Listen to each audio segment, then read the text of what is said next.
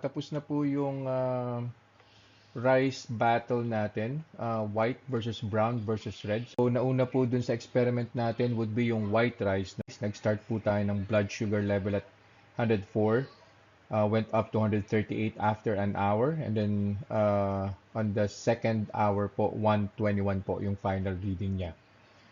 Next, dun po sa experiment natin is yung brown rice.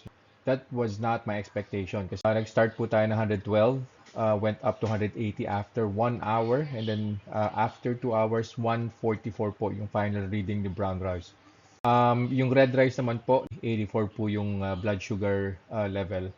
And then after eating red rice, umakyat po siya ng 135. Tapos, ang final reading po niya was 116.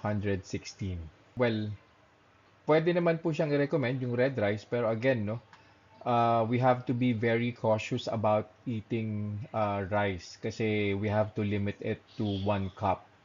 So, yung final blood spikes po natin, no, si white po plus 17 after 2 hours, si brown plus 32, and si red plus 32.